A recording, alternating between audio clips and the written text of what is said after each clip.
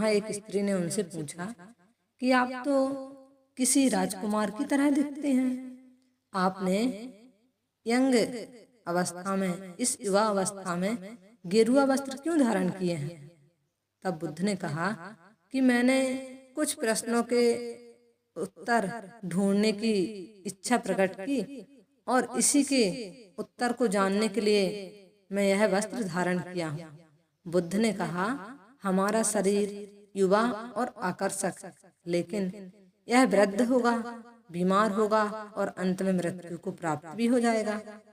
मुझे वृद्धावस्था, बीमारी और मृत्यु के कारण का ज्ञान प्राप्त करना है। बुद्ध की बात सुनकर स्त्री बहुत प्रभावित हुई और उसने उन्हें भोजन के लिए अपने घर इनवाइट किया।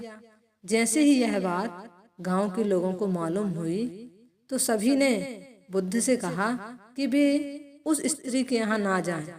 तब बुद्ध ने कहा, क्यों? उन्होंने कहा कि यह स्त्री कैरेक्टरलेस अर्थात चरित्रहीन है। बुद्ध ने कहा, उस गांव के जो सरपंच थे उनसे पूछा, क्या यह बात सच है?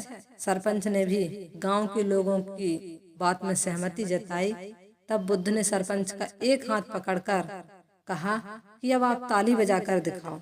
इस पर सरपंच ने कहा, यह आप क्या कह रहे हैं? यह तो असंभव है, एक हाथ से ताली नहीं बजती।